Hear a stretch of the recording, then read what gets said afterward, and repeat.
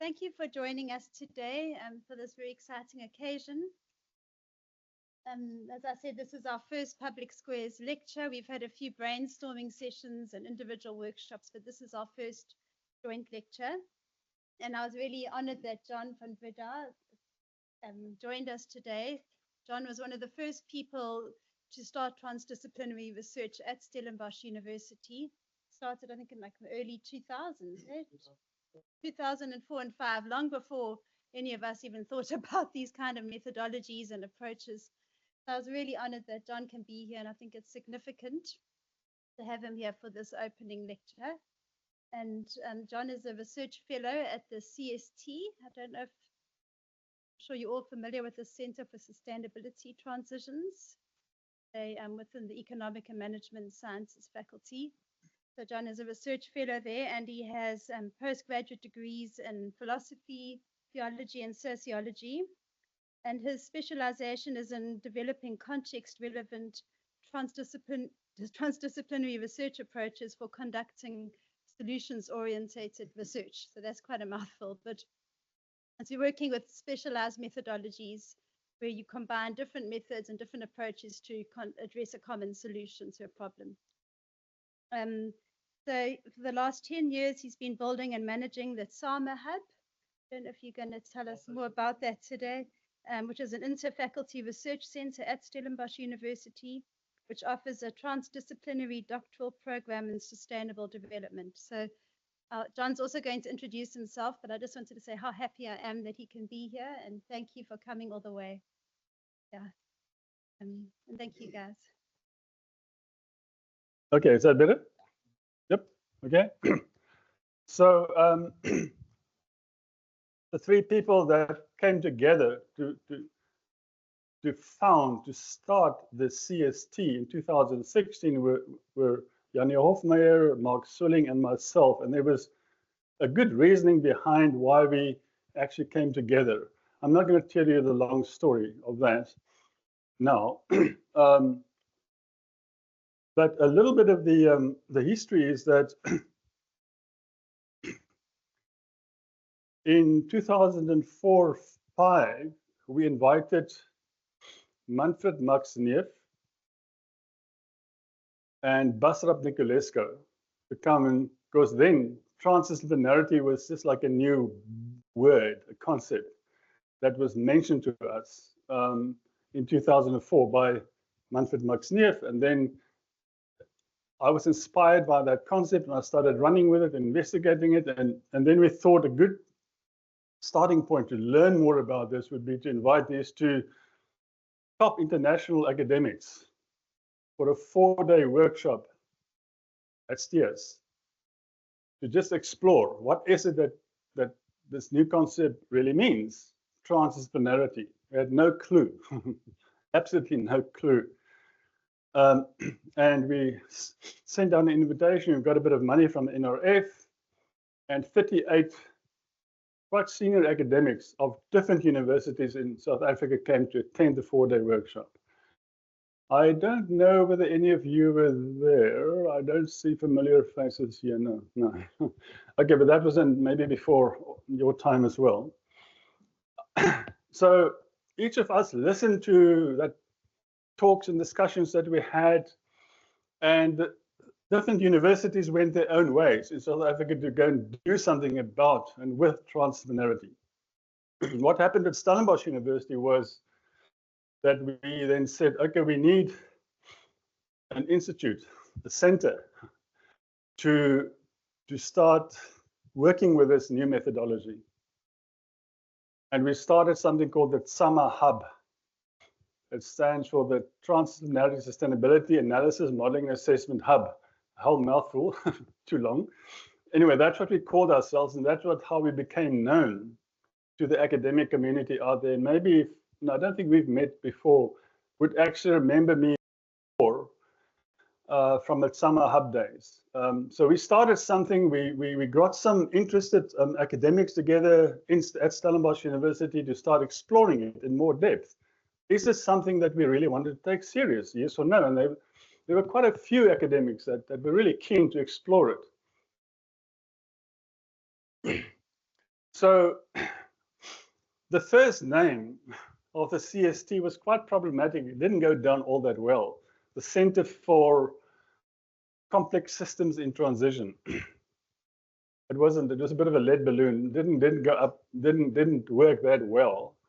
But what we, the three of us, the founding members, had in mind also with the CST was, it stood for complexity, the C. S was, that was Jannie Hofmeyer and late Paul Sevier, that was their area. And the S was for sustainability, sustainable development, which is Mark Swilling's area of expertise. And then I came in as a transdisciplinary guy, the methodology guy.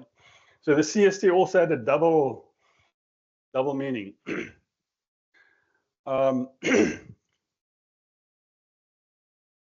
So we've also undergone a name change.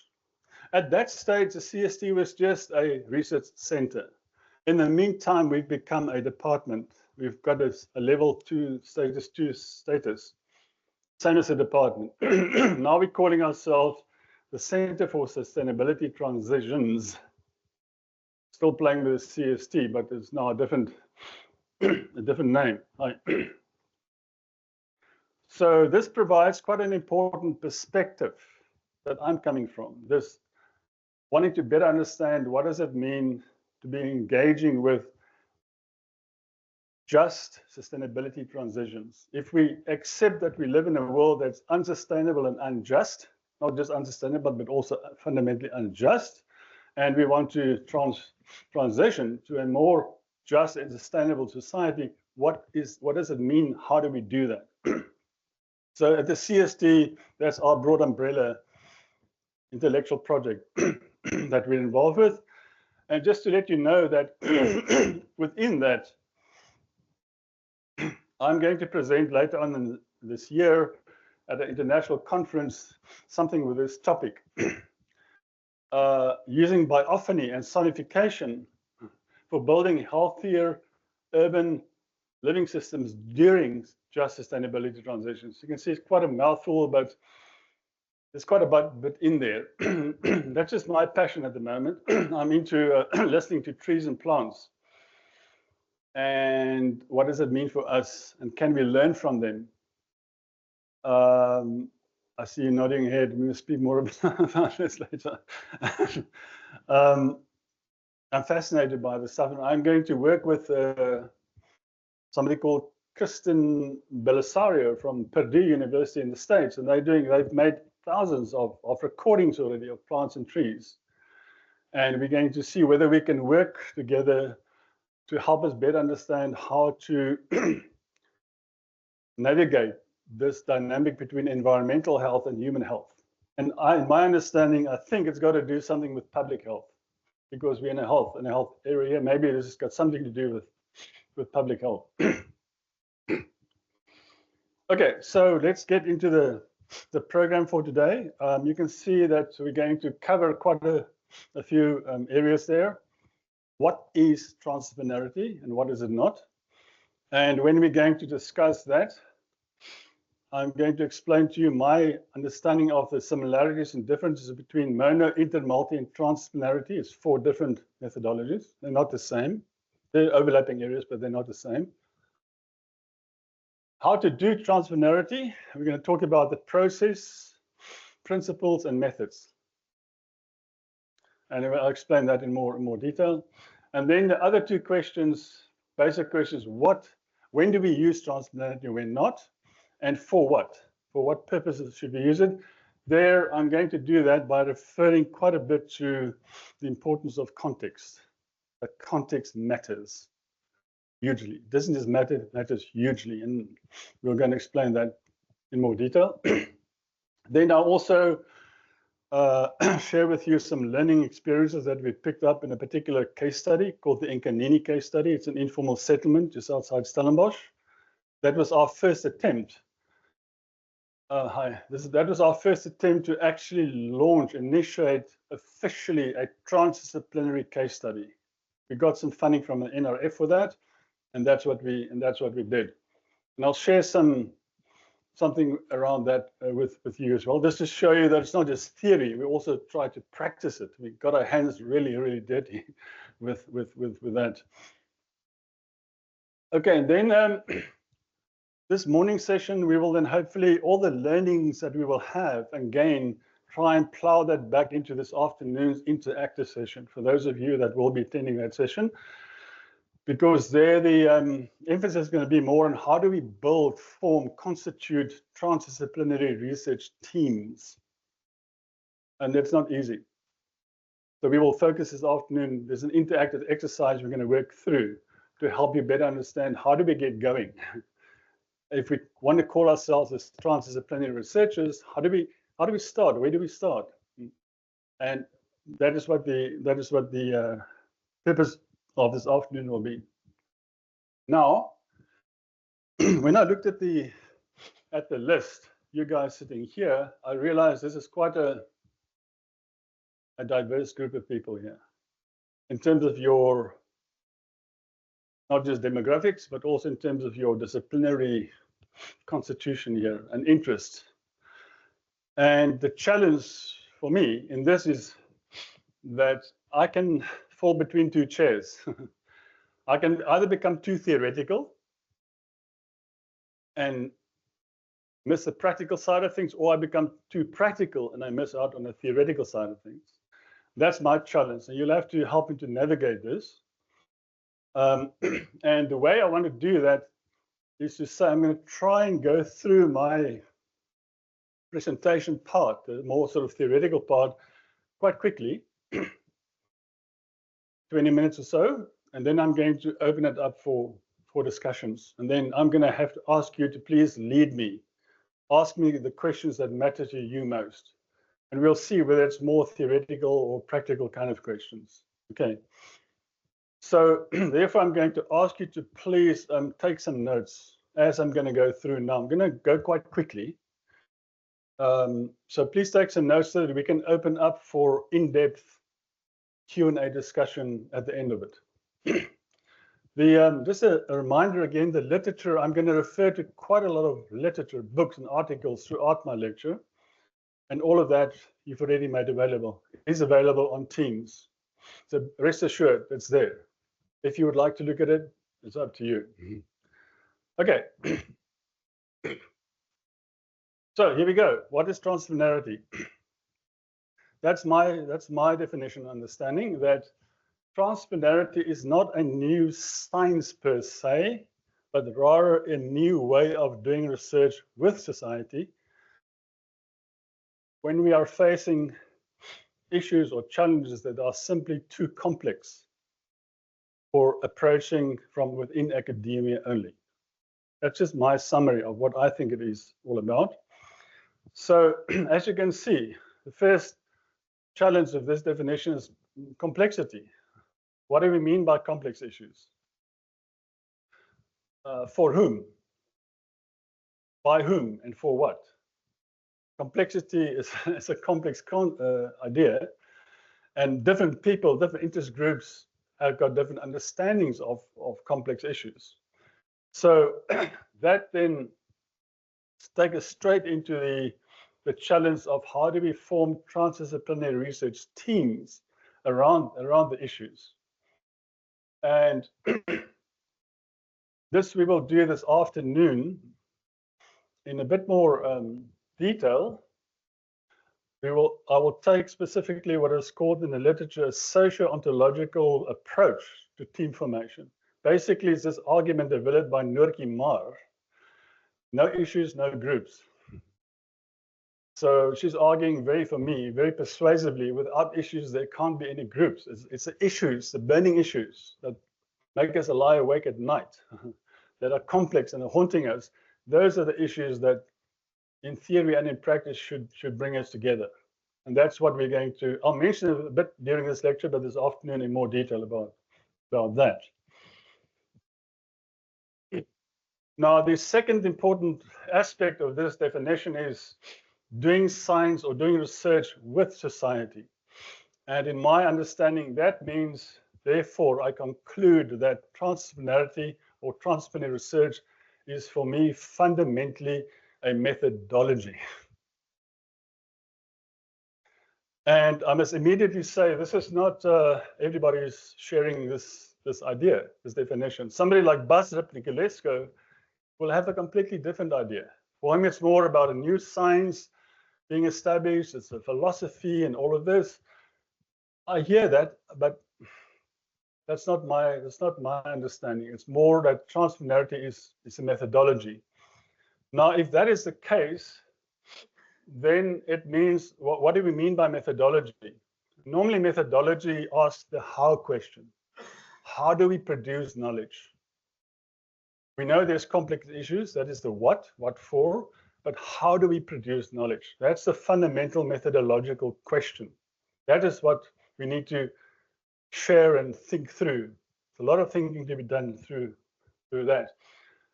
So in the literature, you may have come across that methodology is very strongly sometimes associated, an equal sign between methodology and methods. You will see a definition of methodology that it is a study or a knowledge of methods only. And if you do that, you land up with a bit of a recipe book approach to methodology. And I think we should move away from that. I don't really like that, or it's too narrow, it's too instrumental. For me, methodology is about process, principles, and of course its methods. I'm not throwing methods away. I'm just saying, but it's only one of three aspects of methodology. One should be quite careful when you start using metaphors to try and explain concepts, but I couldn't resist it. I had to bring the old Poiki in to say that if you want to visualize the three legs on which methodology stands, let's use the Poiki as a South African example. But okay, do you see that move? The Poiki goes into the middle, around which sits the teams. And here again, we come back to what are the interests and the needs and the issues around which we're going to sit down and make a meal, prepare a meal. Let's just hold on to that. Don't take it too literally. I'm just saying it's a metaphor. But I want something concrete to hold on to and say it's like coming around the good old Poiki braai, and it helps us to understand. More importantly, if we use this idea, this concept, and again, this afternoon we'll go into more depth, as I said earlier on, into what we mean by that. For the moment, we are dealing with or looking at 4 equally valid research methodologies: monodisciplinarity, multidisciplinarity, interdisciplinarity, and transdisciplinarity. And I'm saying they are equally, or I would like to treat them as equally valid. I'll explain why. But in doing so, it's very important to acknowledge that none of these 4, if we say they're really equal, none of them can be used as a panacea, as a one-size-fits-all approach for all problems that you're tackling with. And even transdisciplinarity. Here I'm going to make a bit of a confession. It's taken me a long time to come to this point, to accept that transdisciplinarity is one of 4 methodologies. And I'm not, in the beginning, when I discovered it, 2004 and 5, I just wanted to tackle every problem from a transdisciplinary perspective. And then I started, hang on, take it easy. There are other methodologies as well that we need to work with as equals. So therefore, I'm making this move to say even transdisciplinarity is not a panacea.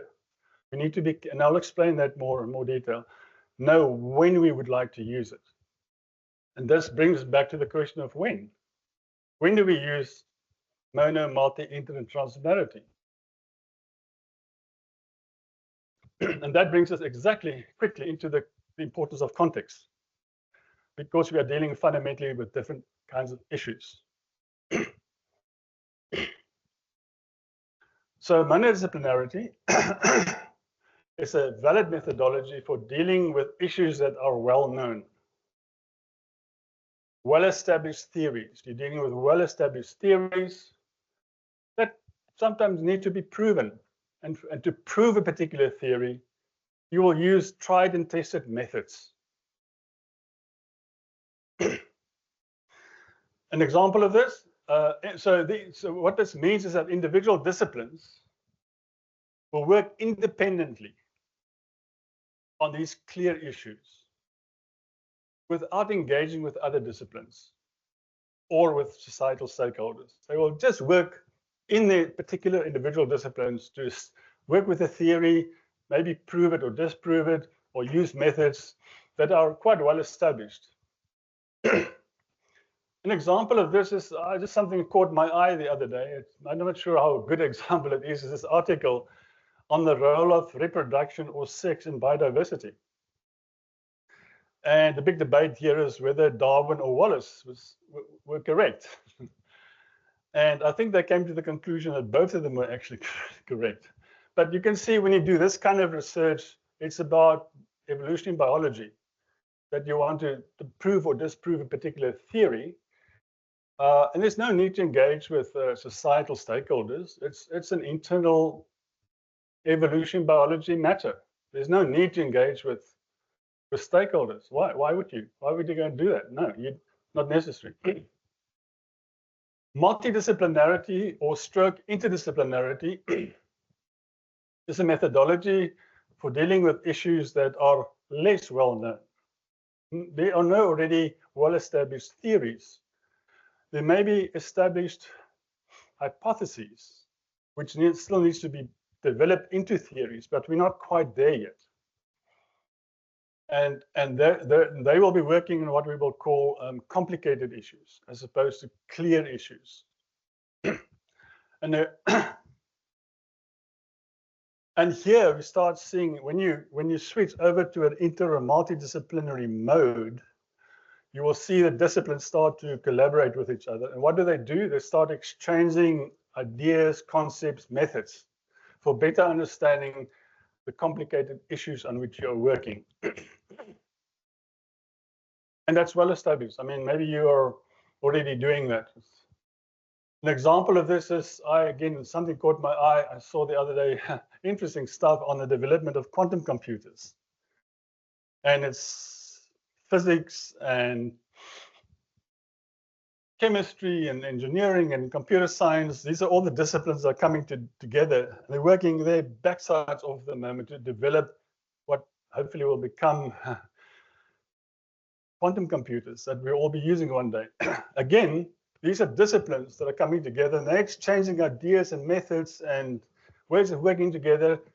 And there's no need to engage with societal stakeholders about that. It's an interdisciplinary effort. Then when we come to transdisciplinarity, last but not least, it's a valid methodology for dealing with now complex or emergent issues that are of public concern.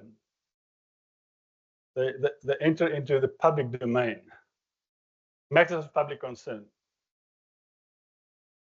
And here we will work definitely with nil hypothesis ideas. There is no hypothesis even developed for emergent ideas. They're just emerging.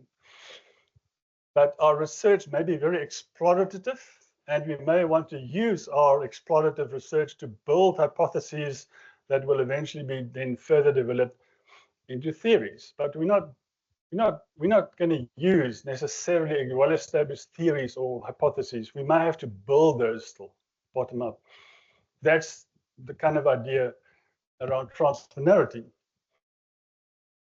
So here you will see, importantly, that the disciplines will still work together on the complex emerging issues, plus we start engaging with societal stakeholders. That's the difference. That is what's distinguishing transdisciplinarity from the other methodologies. And here the name of the game is knowledge co-production, meaning that we're bringing stakeholders, their tacit and experiential knowledge systems into the research process. to help us understand, to formulate the research questions, the problem statements, and hopefully to look for some solutions. Now, I'm not sure about you, but this is quite a radical move to bring lay people with knowledge into the research process. From my perspective, we've been taught the opposite for many, many years. We should keep people and their emotions and their perceptions out of the research process because it's going to pollute the research process. Now we're discovering, hey, hang on, we need to actually work with people because they also know quite a lot about the issues that we're interested in. Now, how do we do that? How do we bring stakeholders and social actors into the research process to be co-researchers with us? Therein lies the rub. Therein lies the transdisciplinary rub. How do we do that practically? And more about that. But I just want to set the argument up here. So we're going to that again later on throughout the session and also this afternoon to show how important it is to work with the issues and bring relevant stakeholders around the issues that we perceive to be complex into the research process, to do research with us on the complex issues. And when I say that, it doesn't just mean it's problems out there that exist apart from us. We're also sometimes part of the problems that we're actually tackling. And you're also part of what you're researching. That's the challenge. Now, if we say that transdisciplinarity is fundamentally about knowledge co-production, which is not what mono and interdisciplinarity necessarily is doing, then the next question is, what kind of knowledge? What kind of knowledge should we be aiming to co-produce? Is it not? I mean, it's quite a logical question to ask. And in the literature, there are these three very valuable concepts, different kinds of knowledge that we could be co-producing when you adopt a transdisciplinary approach. Systems knowledge is factual knowledge of what is existing. Why are things complex? Why are they complicated? Why are they clear? I mean, that you're asking the is question, not normative questions. That is what the purpose of target knowledge is to be more values-oriented in knowledge. That's interested in what ought to be or what should be. Different kinds of knowledge. And then as opposed to transformative knowledge, transformation knowledge, which is interested in more strategic knowledge. How do we transition from where we are to where we would like to be in future? Okay, so the moment we bring transformation knowledge into the transdisciplinary debate, we have to make, as I warned you a little bit earlier on already, quite an important move from just practicing and thinking about transdisciplinary research to transformative transdisciplinary research. We just got a clear, explicit interest, not only in the understanding and explaining of issues, but in changing it as well. Without that explicit interest in change, we do not have transformative transdisciplinary research. And let me just say that I've seen many transdisciplinary research projects that are not interested in change, but they don't want to get into it. Maybe it's too complex, whatever, but there's no interest in it. It's not to say all transdisciplinary research projects should be interested in transformation, but if you are, then you just need to know what you're letting yourself in for. So I like to use this little triads as a way of explaining things to say that sometimes in transdisciplinary research, our focus can be very much on just wanting to co-produce systems knowledge of explaining and understanding what is. That's fine. That's valid.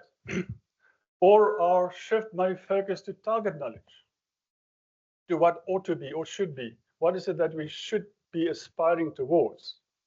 That's also fine. It's valid. Or as I said, we can actually also decide to explicitly adopt a transformative approach. So, you think that's possible? You think we can do all three of these kinds of knowledge in transdisciplinary research projects? It's a big ask. It's not that easy. Let me just share that with you straight away. It's not that easy. To try and do that as an individual transdisciplinary researcher is even more difficult. But if you are a team, you can do a bit of a division of labor to say that these researchers will focus on systems knowledge, these maybe on target knowledge, and the others on transformation knowledge. That you can do. But still, somebody will have to integrate that lot, manage that lot. Because what we are dealing with here is, sorry for that, but I'm coming from philosophy, that epistemologically speaking, we are dealing with three fundamentally different kinds of knowledge, each with their own, what I call epistemic objects, their own research problem statements and research questions. Do you get that, what I'm trying to say here? They're not the same kinds of knowledge. There are three, epistemologically speaking, three fundamentally different kinds of knowledge. Therefore, if we want to co-produce all three of these different kinds of knowledge in transdisciplinary research projects, we need to know what we're doing here. And that, of course, then asks the question, if you want to do that, co-produce all three, then it asks the question, methodologically speaking, what are the principles, the process, and the methods that we need to use in order to co-produce those three kinds of knowledge? That's the methodological challenge that we're dealing with here. So when our focus is then specifically, I'm just now zooming in, specifically on transformation knowledge, to co-produce transformation knowledge, if that is our focus, then just to say that there's a lot of working together or collaborative performativity that happens to do that. It's a lot of work, and we're not always exactly sure how to do it. We have to trial and error, and so I'll explain a bit more about this collaborative performativity as the lecture goes on. But just for now, if you want to do that, we should just ask this important question. If we're going to do a lot of things together, if we're going to perform a lot of things, activities, and using methods together, what is so transformative about the performative? And there's this excellent article by Kelly Oliver. She's written a fantastic article, which you will have, that explains that question. Just goes into that question. What is transformative about the performative? But a bit more about that later. So I just want to give you guys a feeling for process, the process aspects of transdisciplinary research. And I'm sharing with you here this excellent article by Thomas Jahn on a framework of understanding what it means to bring society and science together into a process, to engage with each other. And you can see that he identifies it as at least as three different phases. You can read the article in your leisure time if you want to. I'm not going to go into depth now, but you can see this middle section here is very graphically. What does that really mean? So when you're going to get into a transdisciplinary project and you want to follow a process, what I have done from time to time is to say you can break that middle section down into 4 or 5 different phases, and each of those phases will have different steps. And as a team, if you sit down, the team will have to decide, we're moving now through phase 1 or 2 or 3, and these are the practical steps that we will have to work through. That's just, what makes sense to me. So as you can see, some of the outputs of this process, of this idea of process, would also involve developing new guiding principles and methods for how to do transdisciplinary research, because not all of that is already out there and available. So what does that look like? Guiding principles for guiding transdisciplinary research. In this excellent book by Christian Pohl and his colleagues, they've developed 4 principles. And again, you can read that in more depth afterward. Oh, sorry, it's called Principles for Designing Transdisciplinary Research. You got it. I've made it available. So that's already been written up. 4 guiding principles. Really, really, really useful. And you read it, engage with it. However, when we did the Nkanini case study, we found that those principles, yeah, we could work with them, but there was still something lacking there. We still felt we needed to develop our own principles for our research project, and that's exactly what we did. So we've written that up. We've added some more principles to help us guide a research project in an informal settlement in Stellenbosch, which is very, very different to what the guys are doing in Switzerland and Germany. And I've written that up in this article. And if you want to, you can again engage with it. But just to say that, as I said earlier on, there's quite a bit of work involved in developing new principles and methods. So this is just to give you a taste of the literature that we went through to develop the additional 5 principles that we did for the Nkanini case study. But as you can see, I'm saying there, this is work in progress. So if you want to go into transdisciplinary research, yes, nice challenge for you. This is not the end of it. You can still develop some more principles. See it as a challenge. Okay, so that's about the principles. Now when we come to methods, what methods should we be using to co-produce those 3 kinds of knowledge with? What methods?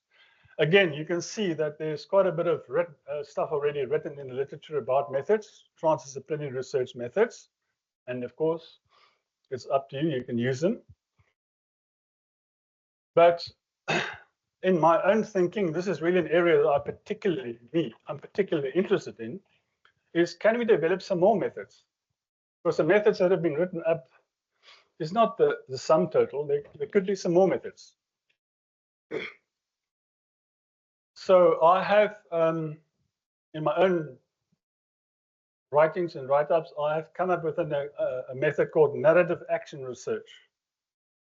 I'm not going to go into any depth now, but basically it's to bring narrative theory and action theory together and try and see whether we can use that for doing transdisciplinary research with. And what that method helps us to do is to actually then develop what I'm referring to as multi-layered thick mapping.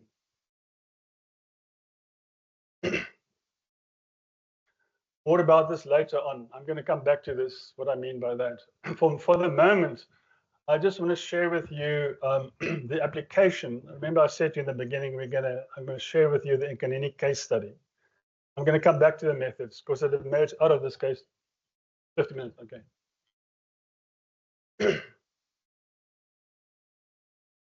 Again, it's been written up. The case study unfolded like this. Our students went into the informal settlement and they didn't know anybody there. There was no stakeholders that they could engage with. They had to walk the streets and see what are people doing. And what they saw when they started speaking to people is the people painting their houses. And they said, can we help you to paint their houses? And people invited them into the houses. That meant that the students stayed over for weekends in informal settlements, in the shacks. One of the students, or 2 of them that were staying in the shack, woke up one night. He was actually woken up by one of these big rats running around the place. And he said, hey, what can I do to help with my knowledge? How can we redesign a shack? And that led them to come up with the idea of an eye shack. And he brought quite a few disciplines together. You can see them there, to design a new shack. That was the interdisciplinary phase of the project. That was then going into another phase of the project of co-constructing the design, building it together with local people and their local knowledge. The guy sitting on the roof there, Mr. Galada, he helped to co-construct practically an ice shack, which did not exist at the time. There's nothing like that there in South Africa, at least. And then after that, the first people started to live in the shack. And they gained some lived experiences of living in a newly designed shack. That finally gave rise to another phase where we handed over this research project to some entrepreneurs. No longer a research project, because they could now service and maintain the ice shacks and get paid for it. So for us, for me particularly, that was a challenge to say, we have developed this research project up to here. It's like a baby that you're nurturing, developing. Now you're going to hand it over to, you're not sure what's going to happen to that, but that's what we did. And it's still working. I can take you to the project now. We can go to Nkanini right now from here. I'm going to show you how it's working. So then there was another interesting development, quite a monodisciplinary side development in this project. Some engineers from the university wanted to build a prototype of the ice shack on top of the engineering building under more controlled conditions. They wanted to test whether the claims that we were making about the ice shack, whether it was valid or true or not. And at the time, that was quite a strange development. I was quite ready for it. But now when I look back on it, I now realize how important that was. Because when you do a transdisciplinary project, there's going to be people with an interest, with a more monodisciplinary interest in what are we doing here. And you should be agile enough to let them do it and bring them back. That bringing them back into the research process, I think we failed on that. We didn't really do that all that well. I'm going to skip these slides a bit here because I'm pressed for time. Just to say that in this research project, we initiated 3 small-scale social change efforts. The ice shack was one of them. There were 2 other ones on waste and sanitation as well. Those 2 fell by the wayside. The one that was standing was the ice shack. And again, it's difficult when something doesn't work out. You're feeling you're failing. But we've had to learn the hard way that failing is not always failure. A very, very important message. And from the ice shack itself, a lot of things were achieved. Like there was a policy impact. We established a business entrepreneurial operation and a new method. Some new methods came out of this ice shack example. And that's what I referred to earlier on as narrative action research. Because the storyline basically worked like this, that some of the students listened to the individual stories of people in the shacks.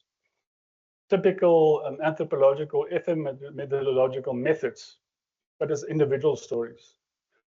My question was to them, what about the other 99 stories that you haven't recorded or listened or written up? Where are they? And then we realized there's a shortcoming in social science research methods. There's a need for developing a new narrative approach that can work with many stories. And that's what I then refer to as narrative action research.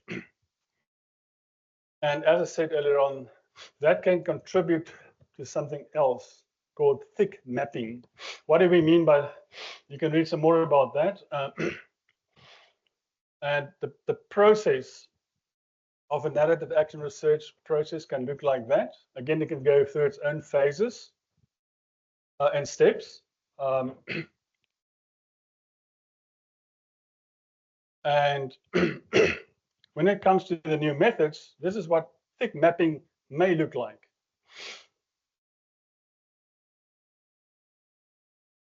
We can do a lot of research, quite a lot of quantitative research on energy, waste, soil, financial flows, nutrient flows, financial flows, and also included people's lived experiences, their stories. And if we do that,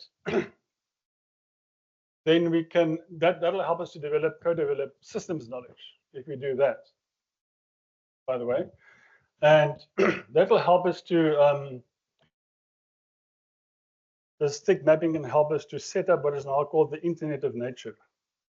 I don't know whether you've heard about that. Okay. So that's an interesting concept. So we can talk more about that later on.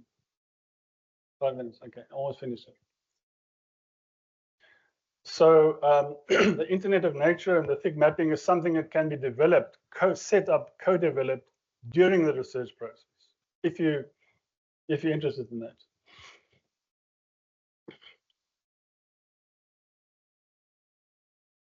Okay, there we go.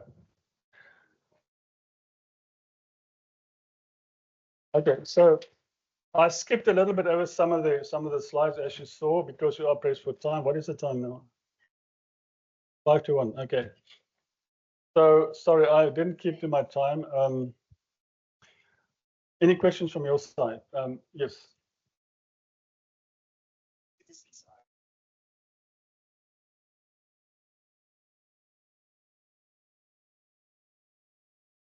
Thank you.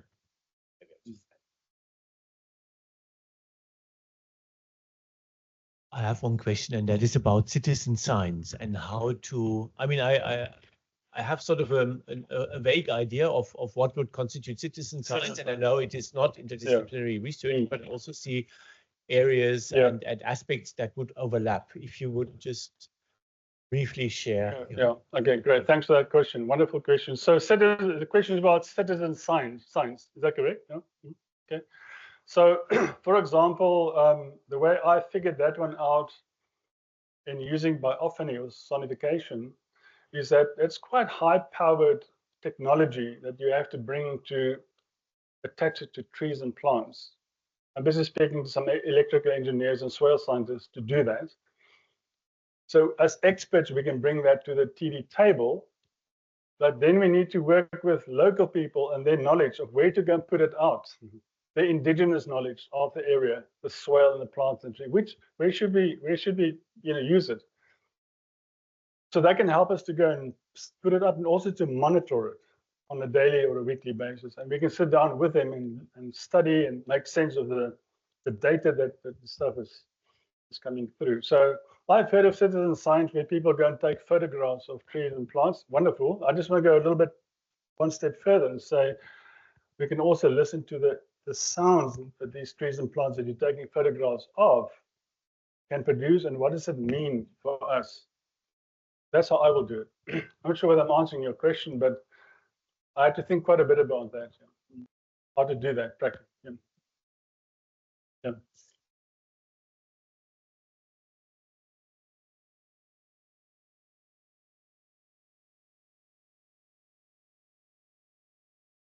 Thank you so much for the presentation. As you were presenting, I was imagining in my head, because as an academia, my goal is scientific outputs. So as you were looking at all those thick layers, layer 1, layer 2, layer 3, 4, I was like, now, per year, how much scientific output will I have from this? And it looks like the whole process, it takes all your energy, blood, and sweat into it. And I'm also looking at my other roles and responsibilities. What advice can you give in such a dilemma? Thanks. The outputs. The scientific output, something that you can submit to a peer-reviewed journal and you publish. Because I'm supposed to do that at least maybe a couple of papers in a year. And the process looks like it's taking years, and I don't know, and yet we are not yet done the actual research. Yeah, sure, thanks. That is the challenge of transdisciplinary, is to do academic outputs and societal outcomes, because you also want to make a contribution to improving societal outcomes, more sustainable, more just outcomes. So, and one can easily fall between these two chairs. But when it comes to the academic outputs with articles, what we have done is to just adopt this approach of co-authoring articles. And it's not rocket science. You must just come together as a team and say, we want to focus on these issues, these complex issues, and we're going to co-author, and you're the lead author, I'm co-author, and you just divide yourselves, and you can quickly, and you can write up. I mean, like I've written up our work on methods and principles and all of that. You can write on the process. You see, you must just reflect on that, and there's plenty of room to do exactly that. And there's a lot of transdisciplinary articles that are coming out every year, and it's not that easy. I hear you. It's a challenge. At the same time, as you're doing your academic output, you also have to look at what are the societal outcomes that you have to do something. Also, that at different stages, you can have different outputs. Like in the beginning, you could have a scoping review as you start going into things. Yeah. So during the project process, there'll be different results that emerge. You can plan for those. Sometimes the ideas that you have to write a paper about, it doesn't happen in the moment. The paper that the two of us are co-authoring now is ideas that have been percolating in my mind for a long, long time. Now we're coming to a stage where we can actually co-author a paper. It's tremendously satisfying to do that, but it didn't happen 5, 6, 7 years ago. I'm only reflecting on that work now. You know? So you also have to pace yourself. When do you want to publish? With whom and all of that? It's a challenge. You know? You need to develop trust. Yeah, but it's tremendously satisfying to co-author transdisciplinary papers. I love that so much. It's beautiful, lovely work. Any other questions?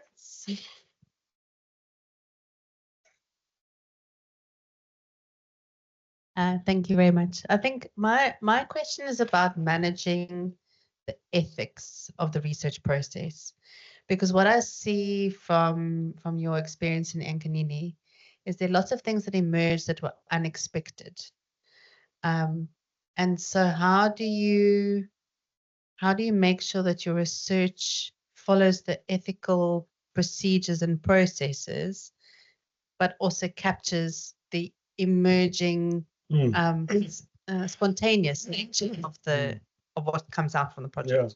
Yeah, excellent question. So again, there's more than one way to do that. One of the ways that we've done it was just to say to the ethics committee, you have to go through them, that there are certain issues we're going to work on that are complex. We simply don't know, they're emergent, and we can't tell you now exactly what is going to emerge. You just have to be explicit about that, and don't try and hide it or whatever. You know? And then normally we haven't had much problems. We just have to be honest and explicit about it. To say we are doing transdisciplinary research on complex emergent issues, and that's the name of the game. But I mean, you know, that ice shack that I showed you earlier on, what if that thing had fallen down and people were injured? You know, we couldn't foresee that. It may have happened, and it may have been egg on our face. So there's risk involved for sure. Just be aware of that. But having learned from that, I think the best advice I could give is just to say, be as explicit as possible about the emergent nature of the work that you're going to undertake. And sometimes you need, amendments as well in the work that I've done. So you apply for ethics and then say if anything changes in process, you'll apply for an amendment. And I found that quite quick with amendments. The turnaround time is much quicker than an original application. So the one little method that I haven't spoken to you about is what we call now vector monitoring and evaluation. That's to just on an ongoing basis monitoring and evaluate the emergence of the process. That information is worth gold because you can fold that back into the research process and give people an update of where this research process is going. But I'm just thinking aloud now. What you could also do is you can make an agreement with the ethics committee and say to them, as things emerge, we'll keep you up to date. You know, we're not going to try and sweep things under the carpet, But there's certain things we simply don't know now, but as and when they emerge, we've got some methods in place like vector monitoring evaluation that can help us to monitor this stuff.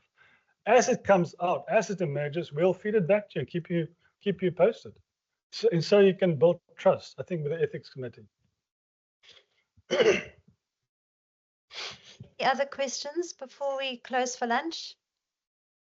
I don't see any questions online, so anything else? Okay, one more.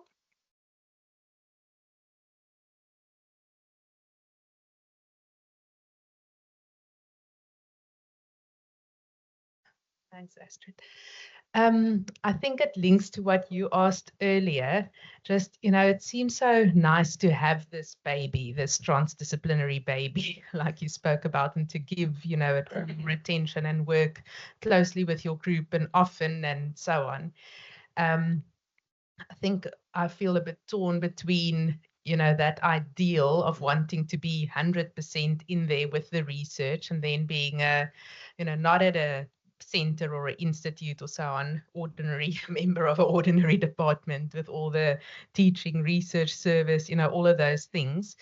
I guess that's where Astrid will help us find funding to buy some of our time out. But just, that seems to me that I'd love to do this and to really emerge myself into all these emerging things. But how, what do you think if you're just sort of a researcher with not a lot of funding yet? Yeah, about the approach and its viability.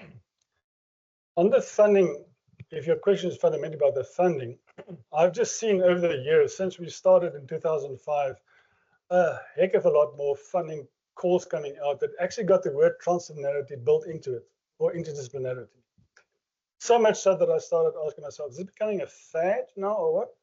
So there's almost no shortage. I mean, not all the calls are asking for it, but there are a lot of calls that are specifically, that's the one thing. When we launched the Nkanini project, the NRF was asking for community engagement research. That's what they understood. And we said, okay, we can. So sometimes it's a matter of not even using the word transdisciplinarity. Just play cool. You don't always have to mention it. We can do community engagement amongst ourselves. We will call it transdisciplinarity as a research team, and we can write articles about that. The last thing you should do is a little off the point, but it's related, is that never use the word transdisciplinarity when you engage with societal stakeholders. You'll just confuse them. It's too heavy a word. I've learned and burned my finger many, many times. Don't try and be too learned. Here we come as transdisciplinarians. I think trans what? Transcendental meditation. What are you talking about? So just be careful how you go about marketing and so on. But even with the funders, if they call it something else, like community engagement, go for it. You can write it up as a transdisciplinary case study. Nothing stops you. But get the money and start doing it. And that's how we did it. And work with small groups of people to start. You're not going to get everybody come and sit around the fire with you. Sometimes that initial group is like really, really small, and then it starts to grow. That's one thing I was just going to say, because the focus today was on teams. Do you have one last thing to say about teams before we close?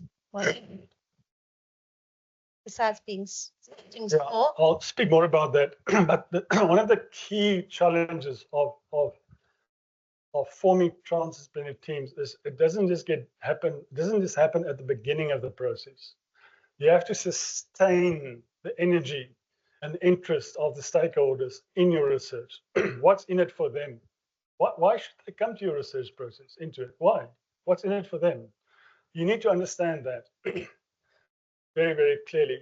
And it's not always that easy, because you're also under the burden to produce academic outcomes. Now you still have to worry about what are the stakeholders, So again, you have to straddle these different challenges but you have to understand from the beginning, when you make your initial contact with your stakeholder, with your teams, and ask them the question, what is in it for you?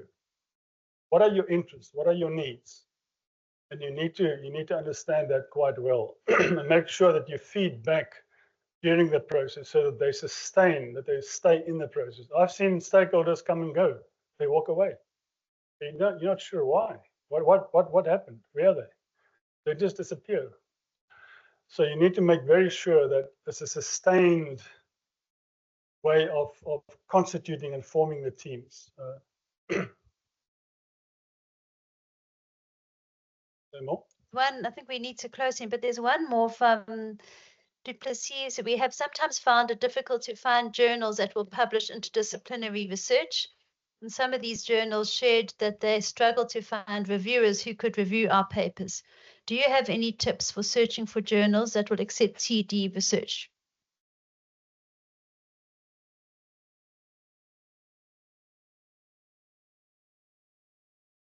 Yeah, there are specific journals that I've published in that are quite positively predisposed towards TD. Others not. We can make a list of that later on, but definitely there are certain journals that are more open to publishing. There's even some journals that will call themselves transdisciplinary journals or interdisciplinarity. Don't forget about interdisciplinarity, because I hope I brought that point across quite clearly, that I would go as far as saying that all transdisciplinary research will have some component of interdisciplinarity in it somewhere along the line. So don't forget about the interdisciplinary journals as well. And you can publish in those journals as well. Thank you, everyone. You're welcome to join us for some lunch, those who are here in person. And I did have the register circulating. I don't know what happens, but I'll put it outside, ask you to sign that. And I'll be, there it is at the back. I don't know if everyone's had a chance to sign there. It's not essential. And I'll be sending an evaluation form by email to those who in person, and the others got it online. So thank you.